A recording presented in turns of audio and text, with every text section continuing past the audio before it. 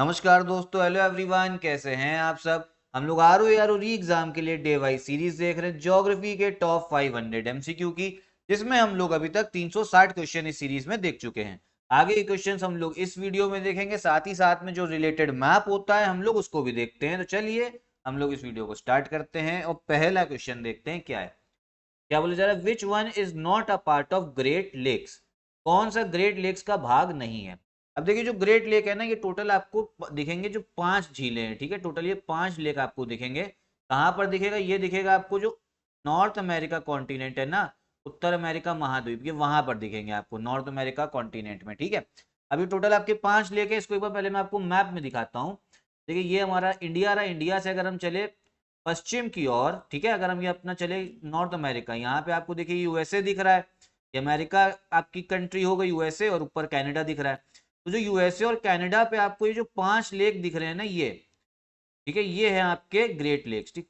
इधर देखिए ये आपका हो गया लेक सुपीरियर, जहाँ पे कर्सर है। फिर ये हो गया आपका लेक मिशिगन।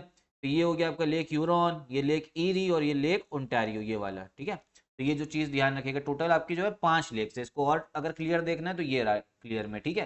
तो सुपीरियर हो गया, मिशिगन हो गया, ह्यूरॉन हो गया, ईरी हो गया, ओंटारियो हो गया। अब ये समझिए कि जो 5 लेक्स है ना, ये आपके यूएसए और कनाडा में बॉर्डर बनाते हैं। यूएसए और कनाडा के बीच में क्या करते हैं, बॉर्डर बनाते हैं। अब इनमें से सिर्फ एक लेक ऐसा है, कौन सा, लेक मिशिगन। कौन सा लेक, जो मिशिगन है ना, वो पूरे का पूरा किस में आता है, वो पूरे का पूरा यूएसए में आता है, ठीक है, जो लेक मिशिगन है।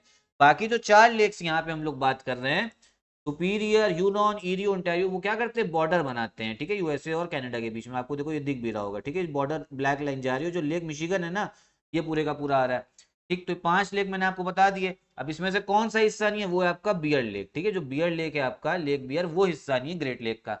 अब ग्रेट लेक को लेके क्वेश्चन जो है ऐसा भी आ सकता है आपसे, ये पूछ सकता है कि इनको जरा आप लोग क्या करिए, पश्चिम से पूर्व की ओर लगाइए, वेस्ट से ईस्ट की ओर लगाइए, ठीक है, वेस्ट से ईस्ट। तो आप देख रहे होंगे सबसे पहले आपको दिख रहा होगा सुपीरियर, ठीक। फिर मिशिगन दिख रहा होगा, यूरॉन दिख रहा होगा, ईरी दिख रहा होगा, ओंटारियो दिख रहा होगा। तो ये आप लोग को याद रखना है, ठीक है, कौन कौन सा है, सुपीरियर, मिशिगन, यूरॉन, ईरी, ओंटारियो, ठीक। तो ये पश्चिम से पूर्व। और मान लो अगर पूर्व से पश्चिम लगाने को आ जाए, ईस्ट से वेस्ट लगाने को आ जाए, तो कंफ्यूज नहीं होना, बस उल्टा कर देना है। फिर कौन सा ऑर्डर होगा आपका, ओंटारियो, ईरी, यूरॉन, मिशिगन, सुपीरियर। इतनी बात जो है ना ग्रेट लेक्स को लेके आप लोग ध्यान रखिए।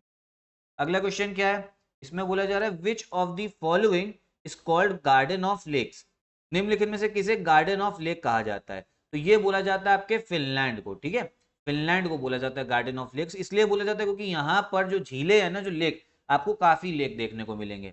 अब ये फिनलैंड आता कहाँ है, इसको भी एक बार मैप में हम लोग देखते हैं, ठीक है।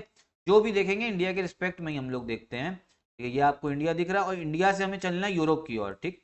अगर ये नॉर्थ वेस्ट की ओर चलेंगे, ये देखिए इधर इधर से हम लोग चल रहे हैं यहाँ पे, तो ये आपको दिखेगा क्या, फिनलैंड दिखेगा। ये जो आपको कंट्री दिख रही है ये वाली, ये है आपकी फिनलैंड। फिनलैंड जो है आपका, इसका फिनलैंड की जो राजधानी है वो कौन सी है, वो है आपकी हेलसिंकी।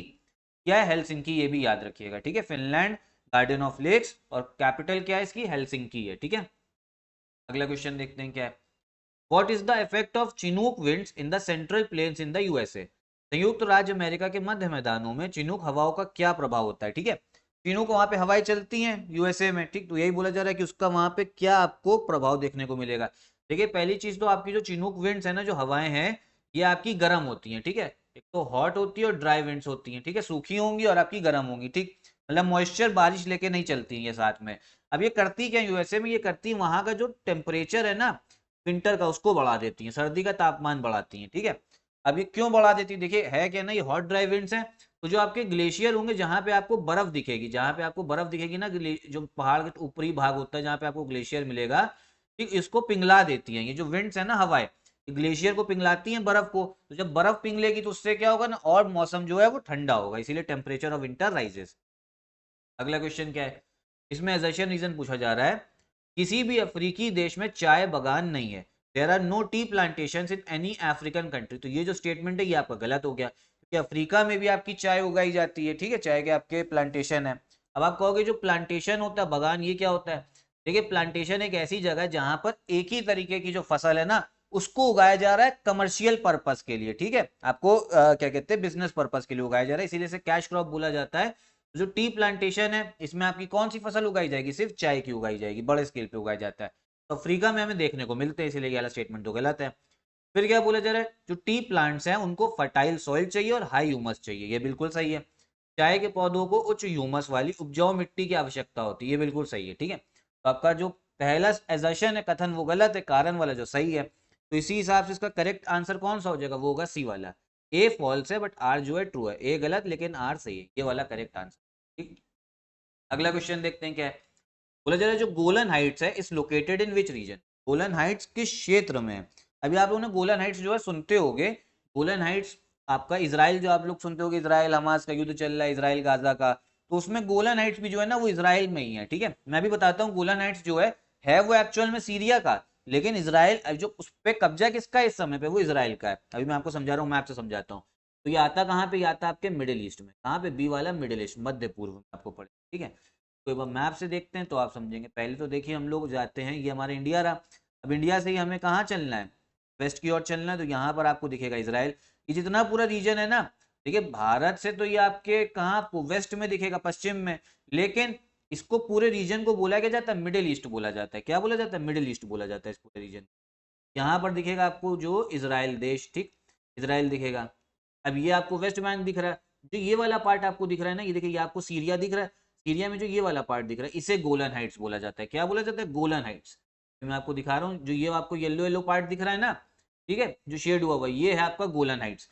ये है तो आपकी असल में सीरिया की टेरिटरी, ठीक, ये आता किसके है, सीरिया की टेरिटरी, लेकिन इस पे 1967 पे, कब, 1967 में इजराइल ने गोलन हाइट्स में क्या कर लिया था, कब्जा कर लिया था। गोलन हाइट्स में क्या कर लिया था, कब्जा कर लिया था, ध्यान रखिएगा। अब इसको हाइट बोला जा रहा है तो इसका मतलब है ये क्या आपका एक प्लेट्यू भी है, पठार है। ये क्या, एक प्लेट्यू है, पठार है, मतलब जमीन से उठा हुआ है। ठीक है, ये आपका पठार होता है, पहाड़ आपका ऐसे होता है, मैं आपको बता चुका हूँ काफी बार। तो ये आपका पठार है, साथ ही साथ में यहाँ पर जो है ना मिट्टी भी थोड़ी उपजाऊ है, फर्टाइल है। तो इसराइल को भैया, इसराइल के कब्जे में हो, इसराइल जो है इसको छोड़ना भी नहीं चाह रहा। वो इसलिए भी नहीं छोड़ना चाह रहा है क्योंकि यहाँ पर आप समझो इसराइल अपना क्या कहते हैं, काफी कृषि भी कर सकता है, एक चीज तो ये ध्यान रखिए। साथ ही साथ जो सीरिया की जो कैपिटल है ना, डमास्कस, सीरिया की जो राजधानी क्या है, डमास्कस है। आप अगर गोलान हाइट्स आपके कब्जे में, इसराइल के कब्जे में अगर गोलान हाइट्स, तो वो गोलान हाइट्स से सीधा डमास्कस पे क्या रख सकता है, नजर रख सकता है, क्योंकि जो गोलान हाइट्स है वो थोड़ा आपके हाइट पे, एल्टीट्यूड पे, क्योंकि वो पठार है, ठीक है, जमीन से उठा हुआ है। तो ये जो चीज़ है ध्यान रखनी है। साथ ही साथ में यहाँ पे पानी, बारिश होती तो इस वजह से ना इसराइल को पानी की भी मदद होती है, तभी जो है इसराइल इसको छोड़ना नहीं चाह रहा है। अगर आपसे क्वेश्चन आ जाए कि गोलन हाइट्स किस कंट्री में, वो आपका है तो सीरिया में, लेकिन कब्जा उसका किसके पास में इस समय पे, वो इसराइल के पास में। और इसमें रीजन पूछा जा रहा है तो वो आपका मिडिल ईस्ट होगा। फिर यहाँ पे बोला जा रहा है the union road and transport ministry एक अप्रूव करा हुआ है उन्होंने green field economic corridor, Ghaziabad से कानपुर तक। बोला जा रहा है उसकी टोटल लेंथ कितनी होगी, टोटल लेंथ की बात हो रही है। केंद्रीय सड़क और परिवहन मंत्रालय ने गाजियाबाद से कानपुर तक बनने वाले ग्रीन फील्ड इकोनॉमिक कॉरिडोर को मंजूरी दे दी है। इसकी कुल लंबाई कितनी होगी, इसकी जो कुल लंबाई है वो है आपकी 380 किलोमीटर है। कितनी है, 380 किलोमीटर, सी वाला जो है करेक्ट आंसर हो। अब जो आपके केंद्रीय सड़क और परिवहन मंत्री हैं वो कौन है, जो रोड और यूनियन रोड और ट्रांसपोर्ट मिनिस्टर हैं वो है आपके नितिन गडकरी। ध्यान रखिएगा, काफी जो है फेमस है, इन्होंने काफी जो है हाईवे हाईवे पे काफी काम करा हुआ है। अब तो देखिए चुनाव होने वाला है 2024 का, फिर भी आपका देखिए कौन फिर आपका मंत्री बनता है, परिवहन मंत्री जो है कौन बनेगा। ठीक है, अभी तो आपके नितिन गडकरी हैं। अगला क्वेश्चन क्या है, Alps mountain range is not a part of which of the following country. Alps पर्वत श्रेणी निम्न में से किस देश का हिस्सा नहीं है। ये आपके आते कहाँ पे, ये आपके यूरोप में पड़ते हैं। ठीक है, और यूरोप में भी आपके जो दक्षिण यूरोप हो गया ना, यूरोप का जो दक्षिण हिस्सा साउथ वाला, वहां पड़ते हैं। टोटल ये आपके 8 देशों में फैले हुए हैं, टोटल 8 देशों में फैले हुए हैं एल्प्स। ठीक, अब देखिए मैं आपको अगर मैप से दिखाऊं, तो अगर आप यूरोप चले ना, यूरोप में, तो आपको यूरोप में दिखेगा कि कौन कौन से देश में, ये जो दक्षिण यूरोप है ना, ये वाला हिस्सा है, तो ये फ्रांस में आपको दिखेंगे, फिर आपको जर्मनी में भी दिखेंगे, ऑस्ट्रिया में भी दिखेंगे। ठीक है, और जो इंग्लैंड है, इंग्लैंड आपको और ऊपर पड़ता है, जो यूनाइटेड किंगडम है ना, यहीं पर आपका इंग्लैंड। तो जो इंग्लैंड और ऊपर है, तो जो एल्प्स हैं वो दक्षिण में, इंग्लैंड जो है वो आपका नॉर्थ में आ रहा है, इसीलिए एल्प्स जो है किस कौन से कंट्री में नहीं होंगे, वो होंगे आपके इंग्लैंड में। तो करेक्ट आंसर कौन सा होगा, इंग्लैंड, इसमें नहीं है। बाकी तीनों में, फ्रांस में भी है, जर्मनी में भी हैं, और आपके ऑस्ट्रिया में भी हैं। टोटल 8 देश हैं, 8 में से मैंने आपको 3 का नाम बता दिया, बाकी 5 देश कौन से हैं एक बार आप बताइए मुझे। ठीक है, बाकी कौन कौन से 5 देशों में एल्प्स पर्वत जो है वो फैले हुए हैं। अगला क्वेश्चन क्या है, बोला जा रहा है which of the following countries is not a Nordic nation, निम्नलिखित देशों में से कौन सा एक नॉर्डिक देश नहीं है। नॉर्डिक देश की बात हो रही है, ठीक है। तो इसमें आपकी जो नॉर्डिक कंट्रीज होती है ना, वो अगर हम बात करें तो मैप से ही देखते हैं, ठीक है। ये हमारा इंडिया रहा। जो आपको नॉर्थ में जो कंट्री दिखेंगे ना, नॉर्थ यूरोप में, जो उत्तर यूरोप में दिखेंगी, ये आपको दिखेंगी नॉर्डिक कंट्रीज में। आपको कौन कौन सा दिख जाएगा, नॉर्वे आ गया, ठीक। फिर आपका स्वीडन आ गया। नॉर्वे की राजधानी देखते रहिए, नॉर्वे की राजधानी क्या है आपकी, ऑस्लो, ठीक है। स्वीडन की राजधानी क्या है, स्वीडन की राजधानी है आपकी स्टॉकहोम। फिर फिनलैंड जो है, फिनलैंड भी आपका किसका हिस्सा है, वो भी नॉर्डिक कंट्री का। फिनलैंड की राजधानी मैंने आपको बताई थी, कौन सी, हेलसिंकी। अच्छा, जो फिनलैंड है ना आपका, वो रशिया से भी बॉर्डर कर रहा है। पहला जो देश है ना रशिया, सबसे बड़ा देश, वर्ल्ड का सबसे बड़ी कंट्री वो कौन सी, रशिया है। रशिया से भी कौन बॉर्डर कर रहा है, फिनलैंड। तो आपका फिनलैंड हो गया, स्वीडन हो गया, नॉर्वे हो गया, और आपका डेनमार्क, ठीक है। तो 4 देश, और पांचवा एक देश एक और है, वो है आपका आइसलैंड, ठीक। तो टोटल 5 देश जो है ना, वो आपके नॉर्डिक कंट्रीज में, लिख भी दे रहा हूँ, ठीक है। पहला तो हो गया आपका नॉर्वे, याद कर लीजिए टोटल 5 देश है। फिर आपको डेनमार्क दिखेगा, फिर आपको कौन सा, स्वीडन, फिर है हो गया आपका फिनलैंड, ठीक है। फिर हो गया आपका आइसलैंड। आइसलैंड जो है ना, वो नॉर्डिक कंट्रीज का हिस्सा। टोटल ये 5 देश हैं, टोटल 5 आपके कंट्रीज। याद कर लीजिए, नॉर्डिक कंट्री से क्वेश्चन आता है, इनकी राजधानी भी बता दी। तो आइसलैंड भी है आपका, नॉर्वे भी है, स्वीडन भी है, कौन सा इसमें नहीं है, कौन सा नहीं है नॉर्डिक नेशन, वो हो गया आपका आइलैंड। तो सी वाला जो है करेक्ट आंसर। आइलैंड जो है ना, वो एक नॉर्डिक कंट्री नहीं है, इतनी बात ध्यान रखिएगा। जो आइलैंड है मैं आपको वो भी दिखा दे रहा हूँ। आइलैंड आपका इधर आ रहा है, यूनाइटेड किंगडम के पास में, ठीक है। जो नॉर्डिक है आपकी कौन कौन सी हो गई, डेनमार्क, नॉर्वे, स्वीडन, फिनलैंड और आइसलैंड। और इधर आपको दिखेगा एक ग्रीनलैंड दिखेगा, ये जो पूरा दिख रहा है ना, ग्रीनलैंड है। ये किसके, ये भी नॉर्डिक कंट्री में आता है। क्यों आता है, क्योंकि डेनमार्क जो है ना, डेनमार्क नॉर्डिक कंट्री का हिस्सा है। अभी मैंने आपको बताया डेनमार्क नॉर्डिक कंट्री का हिस्सा है। तो डेनमार्क का ही टेरिटरी है ग्रीनलैंड, मतलब ग्रीनलैंड किसके कब्जे में, वो डेनमार्क के पास में। ग्रीनलैंड जो है ना, वो भी आपका नॉर्डिक कंट्री हो गया, मतलब नॉर्डिक कंट्री का हिस्सा हो गया। नॉर्डिक कंट्री तो डेनमार्क हुई, डेनमार्क के अंडर में आपका ग्रीनलैंड आ रहा है। फिर क्या बोला जा रहा है, कौन सी इनमें से लैंड लॉक्ड कंट्री नहीं है, निम्नलिखित में से कौन सा देश स्थलबद्ध नहीं है, ठीक है। जो मतलब आपका लैंड लॉक्ड नहीं है। देखिए, जो लैंड लॉक्ड है उसके बारे में बात करते हैं। तुर्कमेनिस्तान भी आपका लैंड लॉक्ड है, ठीक। अफगानिस्तान भी है, लाओस भी है, कौन सा नहीं है, इंडोनेशिया नहीं। तो करेक्ट आंसर कौन सा होगा, डी वाला, इंडोनेशिया। अब देखिए, लैंड लॉक्ड में आपको पहले भी समझा चुका हूं क्या होता है। ऐसा देश जो है, जो बाकी देशों से घिरा हुआ है, जो बाकी देशों से घिरा हुआ है, और उसके पास में, उस देश के पास में कोई भी समुद्र का रास्ता या ओशन का रास्ता आपको नहीं दिखेगा, ये होती है आपकी लैंड लॉक्ड कंट्री। ये चीज ध्यान रखिएगा, ठीक है। जैसे मैं आपको बता चुका हूँ, सीधा एग्जांपल, जैसे आपको हमारे पड़ोसी देश नेपाल दिखेगा ना, तो नेपाल एक लैंड लॉक्ड कंट्री है, क्योंकि ये, इसका समुद्र से कोई भी कनेक्शन नहीं है, वो भारत के रास्ते से ही व्यापार करता है। अब जो पाकिस्तान है, पाकिस्तान जो है ना, वो लैंड लॉक्ड कंट्री नहीं है, क्योंकि यहाँ पर आपको अरब सागर देखने को मिलेगी। इतनी जानकारी ध्यान रखिए। अब इन देशों की बात करी ना, तो मैप में देख लीजिए, ठीक।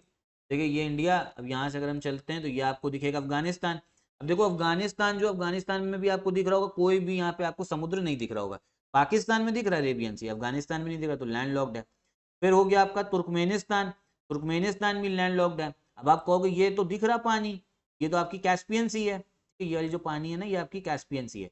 देखिए, है क्या ना, कैस्पियन सी खुद एक लेक है, झील है, ये मैं समझा चुका हूँ ये झील क्यों है। अब देखिए, कैस्पियन सी में मसला ये है कि जो, अगर मान लो ये लेक भी है, अगर सी भी मान लें इसको, वैसे है ये लेक, नाम में सी आ रहा है लेकिन है लेक ये। लेकिन जो लेक सी है ना आपकी कैस्पियन सी जो है, वो खुद जो है वो ओशन से कनेक्टेड नहीं है, वो खुद जो है अब घिरी हुई है, लैंड से घिरी हुई है, खुद देखिए। तो इसी वजह से ना, इस वाली जो वाटर बॉडी ना, इसको आप ये समझो कि इनलैंड ही माना जाएगा, खुद जो है ओशन से कनेक्टेड नहीं है। इसलिए जो तुर्कमेनिस्तान है ना, वो लैंड लॉक्ड हो गई। फिर हम लाओस की बात करते हैं, तो देखिए लाओस भी आपको इधर दिखेगा, ये दिख रहा है आपको लाओस। तो लाओस है ना, वो भी लैंड लॉक्ड है, वो भी घिरा हुआ है सबसे। वियतनाम है, वियतनाम लैंड लॉक्ड नहीं है, लाओस भी हो गया। इंडोनेशिया, इंडोनेशिया ये रहा पूरा यहाँ से रहा, ठीक। ये जो है, ये तो समुद्र से घिरा है। और एक चीज और बताऊं, पूरे वर्ल्ड की सबसे बड़ी लैंडलॉक्ड कंट्री कौन सी है, वो है आपकी कजाकिस्तान। कौन सी, कजाकिस्तान, ठीक है, सबसे बड़ी लैंडलॉक्ड कंट्री। मैं फिर से बता दे रहा हूँ, जो कैस्पियन सी है, ये एक लेक है, झील है। इसको सी नाम में सी इसलिए आता है क्योंकि इसका जो साइज है ना, वो काफी बड़ा है, बाकी झीलों के मुकाबले काफी बड़ा साइज है। और साथ ही साथ इसका जो पानी है ना, थोड़ा सा नमकीन है, खारा है, इसीलिए इसके नाम में सी आ जा रहा है। लेकिन टेक्निकल भाषा में बात करेंगे ना, तो ये एक लेक है, ठीक है। अब खुद समझो, जो कैस्पियन सी है, वो खुद किसी ओशन से कनेक्टेड नहीं है, ठीक है, खुद एकदम अंदर ही गिरी हुई है। इसीलिए तुर्कमेनिस्तान और कजाकिस्तान को हम लोग लैंडलॉक्ड कंट्री ही बोल रहे हैं, ठीक है, ध्यान रखिए। अगला क्वेश्चन देखते हैं क्या है। इसमें बोला जा रहा है कि कितने जो है आपके भारत के राज्य नेपाल के साथ में सीमा बनाते हैं, how many Indian states share a border with Nepal, ठीक है, कितने राज्य नेपाल सीमा बनाते हैं।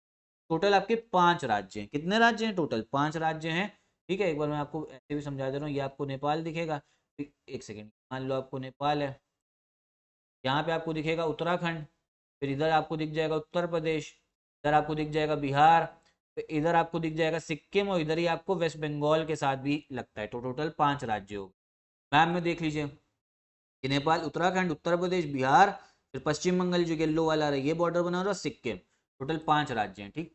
एक चीज और ध्यान रखिए, जो इंडिया और नेपाल की जो सीमा है ना वो ओपन बॉर्डर है, मतलब वहां पे आपको ज्यादा जो है फेंसिंग वगैरह नहीं दिखेगी। भारत और पाकिस्तान में आपको दिखती होगी ना तारे बंधी हुई हैं, ठीक है, बहुत ज्यादा पेट्रोलिंग हो रही है। इंडिया नेपाल का जो बॉर्डर है ओपन बॉर्डर है, और इंडिया नेपाल के जो रिश्ते ना उसको हम लोग बोलते हैं रोटी बेटी का रिश्ता। रोटी बेटी का रिश्ता भी बोला जाता है। क्यों बोला जाता है मैं समझाता हूँ। क्योंकि ओपन बॉर्डर है, नेपाल से काफी लोग जो है ना वो इंडिया में आते हैं क्या करने, व्यापार करने। तो रोटी कमाने आ रहे हैं भारत में, व्यापार करने कहाँ आ रहे हैं, इंडिया में। और साथ ही साथ में काफी लोग जो है शादी भी कर लेते हैं नेपाल में। मान लो नेपाल में किसी क्या कहते हैं किसी को शादी करनी तो नेपाल में किसी से कर ली, ठीक है, किसी पुरुष से कर लिया, किसी महिला से कर ली। कोई महिला होगी तो वो पुरुष से कर लेगा, पुरुष होगा तो महिला से कर लेगा। तो आपको देखते होगे ना कि शादियां भी काफी होती है नेपाल से, ठीक है, मतलब आप देखते हो कि नेपाल की ये बहू है, ठीक है, ये सब आपने सुना होगा। तो रोटी बेटी का रिश्ता बोला जाता है, ठीक। तो यही थे आपके क्वेश्चंस पूरी इस वीडियो के। उम्मीद करता हूँ आपको अच्छे समझ में आया होगा। कोई डाउट हो तो कमेंट बॉक्स में बताइएगा। अगर वीडियो पसंद आई हो तो भी कमेंट बॉक्स में बताइए, ना पसंद आई तो भी बताइए कि क्या कमी रह गई।